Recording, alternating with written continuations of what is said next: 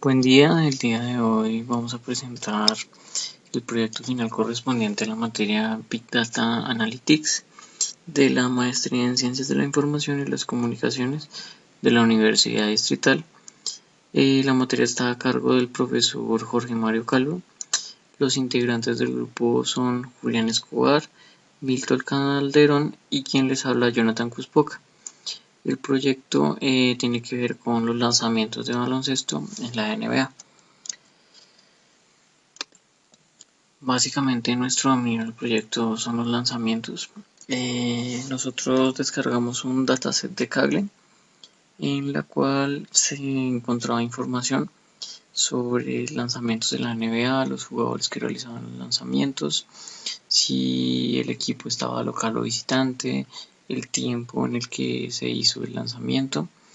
Podemos observar aquí el conjunto de datos cual descargamos. Se pueden visualizar todos los atributos que conforman el dataset. Por ejemplo, esta variable nos indica el número de tiros que realizaba el jugador. Game Clock nos indica el tiempo del partido en el que se realiza el lanzamiento.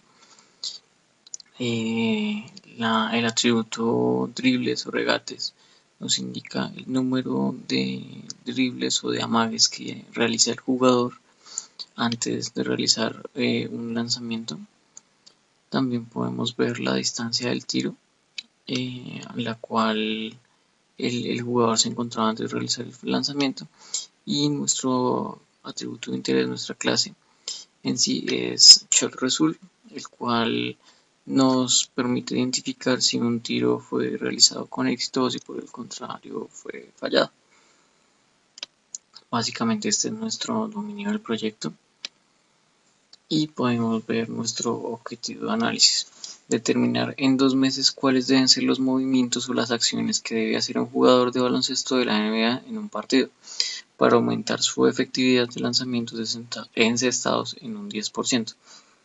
Básicamente lo que intentamos hacer es aplicar varias de las técnicas vistas durante el semestre para encontrar un modelo que nos permita obtener con un grado de precisión mayor al 60% conocer si el lanzamiento fue válido o no fue válido, dependiendo de una serie de variables, las cuales vamos a explicar a continuación.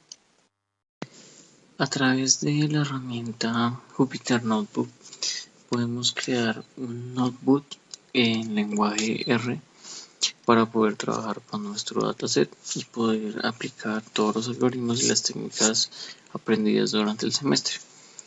Y como ustedes pueden observar, nuestro notebook exportado en un HTML se visualiza de la siguiente forma. La idea es en principio definir el directorio de trabajo donde se encuentra nuestro dataset. Posterior a ello vamos a cargar nuestro CSV de ShotLogs, el cual contiene toda la información de los lanzamientos de baloncesto, y lo nombramos como data. Luego hacemos un resumen de todo nuestro conjunto de datos en el cual él nos muestra por variables, dependiendo si es categórica o si es numérica, los valores que podemos encontrar. En el caso de las variables categóricas, por ejemplo, la variable Close Defender, que corresponde al defensa que está más cercano al jugador que está realizando el lanzamiento, podemos ver que, por ejemplo, el defensa Jordan DeAndre está 795 veces en nuestro conjunto de datos, es decir, está asociado a 795 registros. En el caso de las variables numéricas, podemos observar, por ejemplo, la variable dribles o amagues, que nos muestra el mínimo y el máximo que se encuentra en nuestro atributo, el primer cuartil, el tercer cuartil, la mediana y la media de esta variable. Luego podemos ejecutar el comando str y le pasamos nuestro conjunto de datos con el fin de visualizar cada uno de nuestros atributos que conforman nuestro dataset y verificar qué tipo de variable es. En caso de ser un factor, corresponde a una variable categórica y en caso de ser int corresponde a una variable de tipo numérica. Posterior a ello, vamos a hacer un análisis de variables cualitativas en el cual a través del comando summary y la especificación de alguna de las variables cualitativas que tenemos en nuestro dataset podemos observar cuántas veces se encuentra. En nuestro caso, la variable location lo que nos indica es que hay 64.135 que están de locales y los otros de visitantes.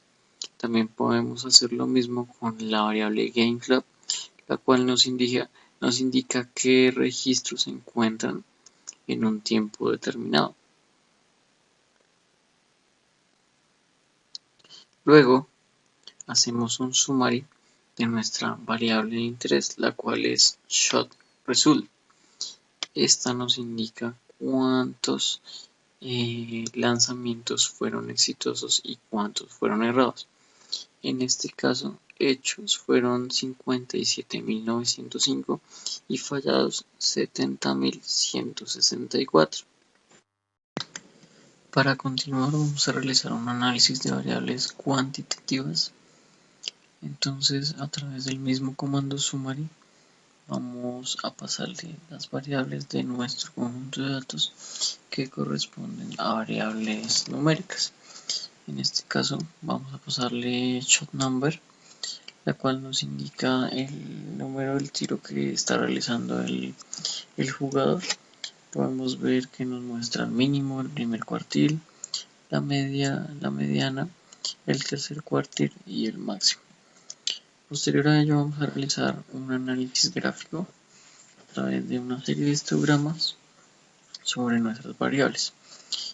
Utilizando el comando is y pasándole como atributo nuestra variable shotNumber, podemos observar el comportamiento de nuestro atributo con datos. Podemos ver un comportamiento decreciente en la variable. Por un lado, podemos ver la variable shotClock, la cual nos muestra ya un comportamiento similar a una distribución normal. Sin embargo, pues acá encontramos un pico que nos daña la distribución normal un poco, pero tiene un comportamiento muy similar a la variable. Luego realizamos el mismo histograma pero con la variable dribles o regates. Podemos observar cómo decrece este atributo. Luego realizamos lo mismo con varias de nuestras variables, por ejemplo touch time, el tiempo en el que tocó el jugador el balón.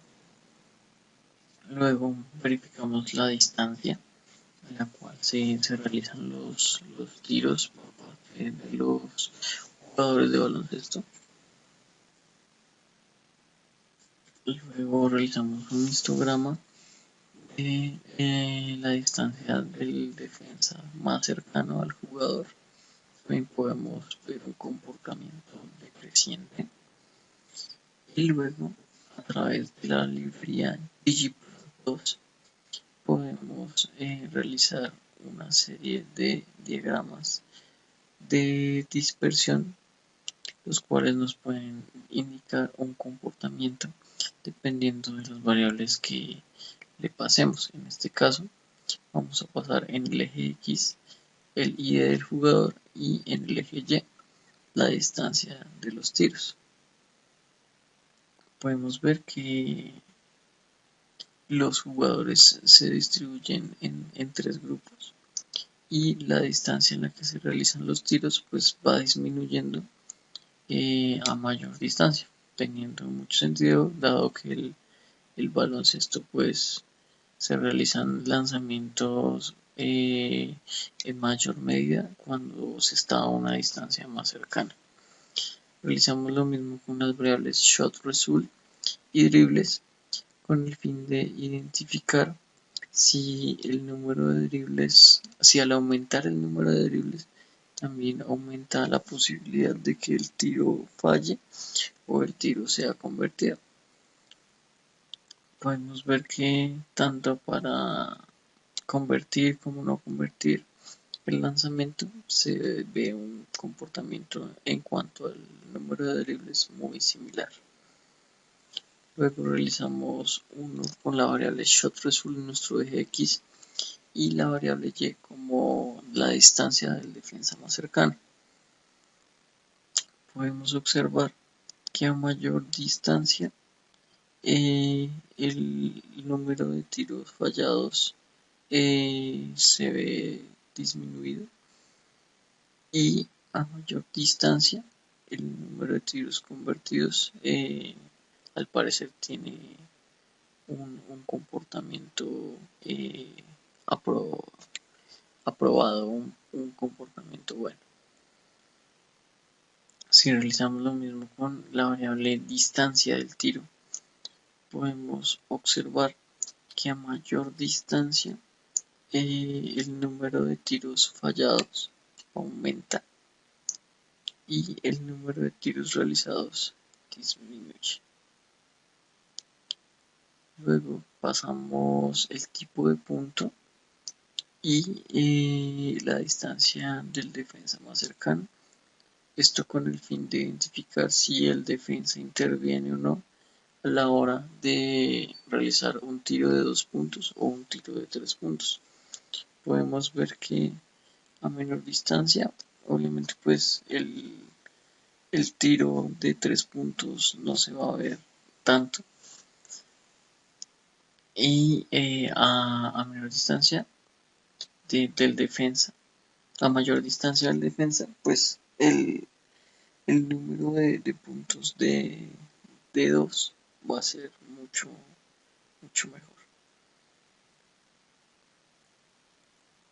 Lo mismo realizamos con la distancia y el tipo de puntos. Entonces cuando la distancia aumenta es un comportamiento normal.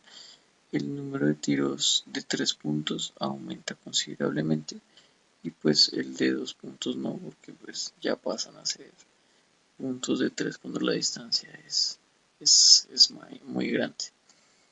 En este diagrama de dispersión queríamos observar si existía una relación entre el periodo y el número del tiro en que se realizaba. Podemos observar que después del segundo periodo se empieza a aumentar en gran medida el número de tiros hacia la cesta de cada equipo. Entonces pues después del segundo periodo se empiezan a realizar muchos más tiros de acuerdo al diagrama obtenido. También pasamos en el eje X los puntos y en el eje Y la distancia del defensa. Y podemos observar que cuando son 2 puntos se ve que a mayor distancia pues empieza a disminuir y cuando son 3 lo mismo.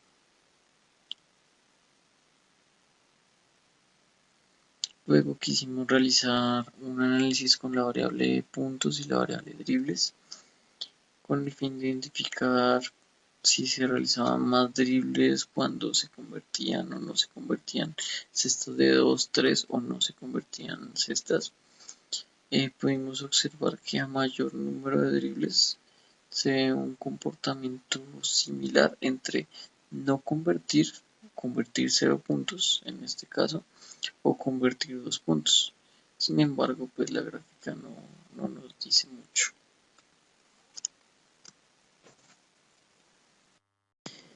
Después de realizar un análisis de nuestras variables cuantitativas y cualitativas y realizar un análisis gráfico de cada uno de los atributos que conforman nuestro conjunto de datos, vamos a proceder a aplicar una de las técnicas aprendidas para obtener un modelo de predicción.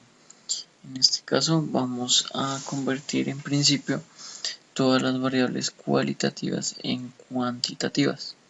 Entonces, para saber cuáles son las que están cualitativas y necesitamos convertir a cuantitativas, utilizamos el comando strdata.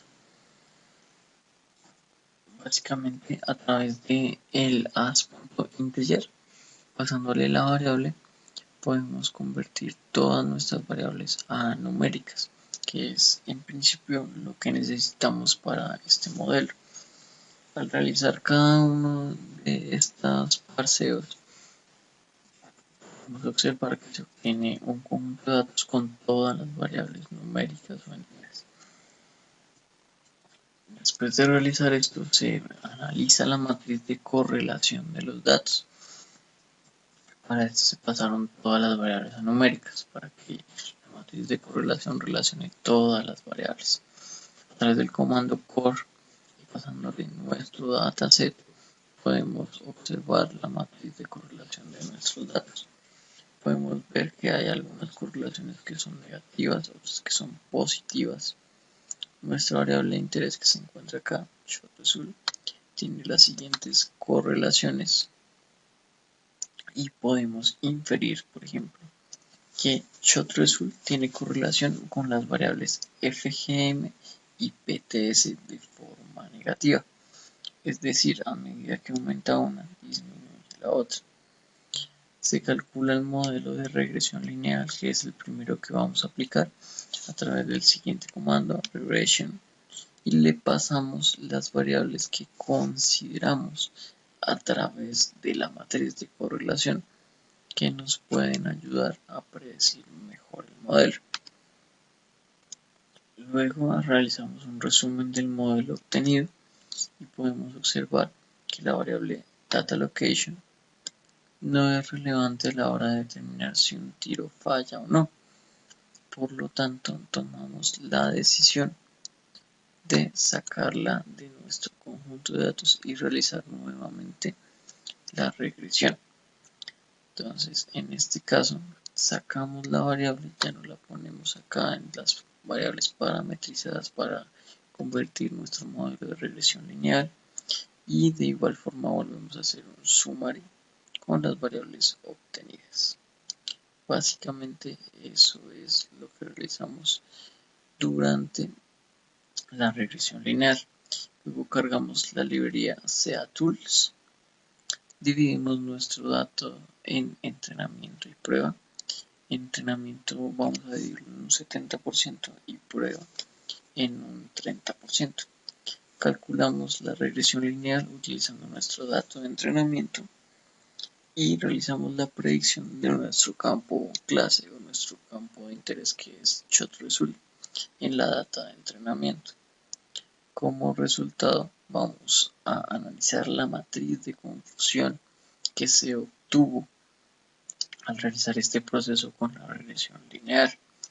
Podemos evidenciar que tenemos muchos falsos negativos. Entonces, al realizar el cálculo con la matriz de confusión, obtenemos un total de 54% para el modelo de predicción, el cual pues para nuestro caso es un poco bajo. Por lo tanto, procedemos a utilizar otra técnica.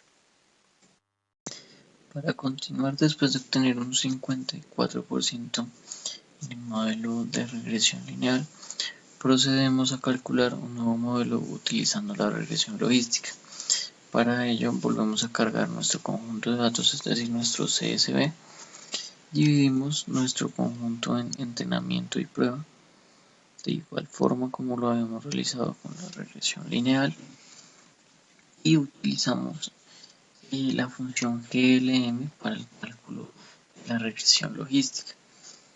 En este caso pasamos las variables que a nuestra consideración a través del análisis realizado con la matriz de correlación nos pueden brindar alguna ayuda para formular nuestro modelo.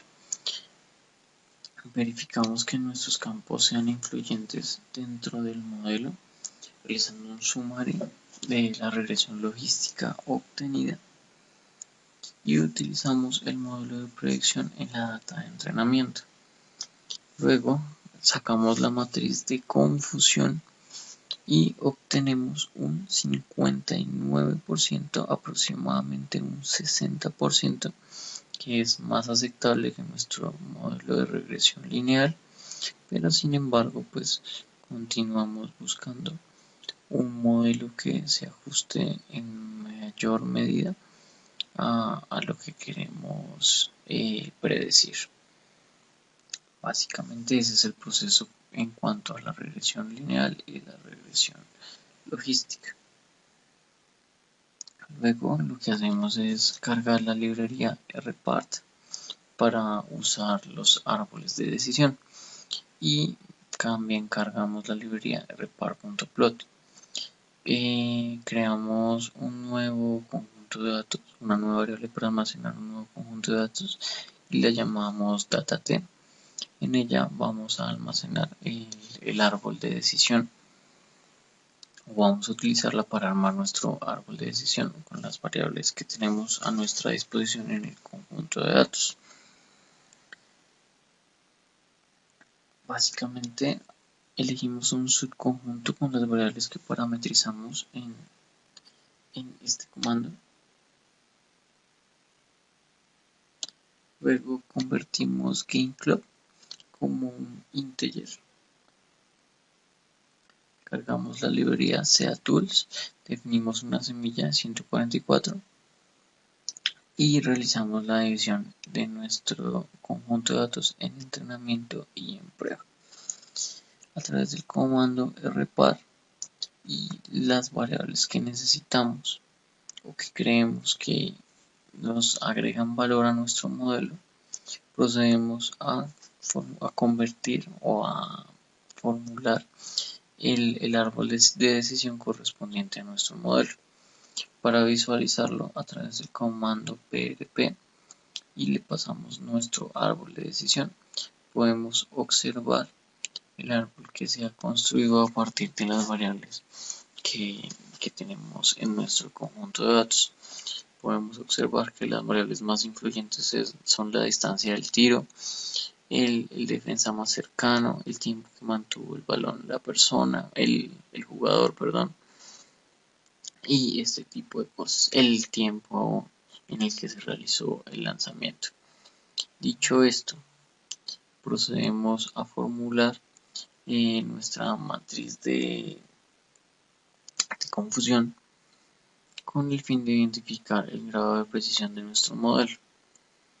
Podemos apreciar que realizando el cálculo obtenemos un 61.9% con este nuevo modelo de predicción, lo cual nos indica que pues mejora en relación al modelo de regresión lineal y al modelo de regresión logística. Después de obtener una precisión del 61.9% a través de la aplicación del árbol de decisión como modelo de predicción, procedemos a aplicar una técnica de clusterización a través de k-means. En principio, lo que hacemos es seleccionar algunas de nuestras variables de acuerdo al análisis previo realizado y las convertimos a enteras, a numéricas. Luego lo que hacemos es seleccionar las columnas que utilizamos en el análisis anterior, obtenemos un subconjunto a través de estas variables, luego limpiamos el conjunto de datos. En este caso lo que hacemos es limpiar nuestro atributo shotcloud, el cual contiene algunos atributos nulos. Luego establecemos el conjunto de datos que vamos a clusterizar y a través del comando head podemos observar el encabezado de nuestro subconjunto obtenido. En este caso podemos ver algunos de los registros que tienen las variables seleccionadas. Luego pues lo que hacemos es establecer a través de k-means cuántos conjuntos vamos a utilizar para hacer la clusterización. En este caso vamos a utilizar dos conjuntos. Luego procedemos a establecer una relación entre los datos iniciales, los datos de entrada y los clústeres que hemos formado a través de comando table. Obtenemos la matriz de confusión y como podemos observar al realizar el cálculo de la precisión obtenemos un 49.8%. a través de la utilización de K-means como modelo de predicción. Podemos observar que hasta el momento el árbol de decisión es el que mayor grado de precisión nos ha dado para nuestro conjunto de datos. Por último, vamos a aplicar la técnica Super Vector Machine. Entonces, en principio lo que realizamos es volver a cargar el conjunto de datos, como lo podemos observar. Lo almacenamos en esta variable dataZ, en la cual vamos a aplicar el comando isNA sobre cada atributo de nuestro conjunto de datos con el fin de eliminar aquellos registros que se encuentren como nulos y de esta forma mejorar la predicción.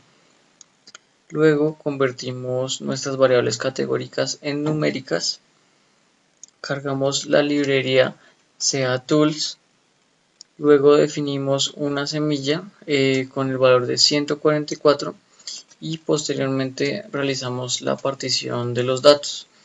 Realizamos la partición en conjunto de entrenamiento y conjunto de prueba. Para el entrenamiento tenemos un 70% del conjunto de datos y para el de prueba un 30%. Cargamos la librería E1071, luego realizamos la ejecución del modelo a través del comando svm. En principio lo que tenemos que hacer es dividirlo en data X y data Y.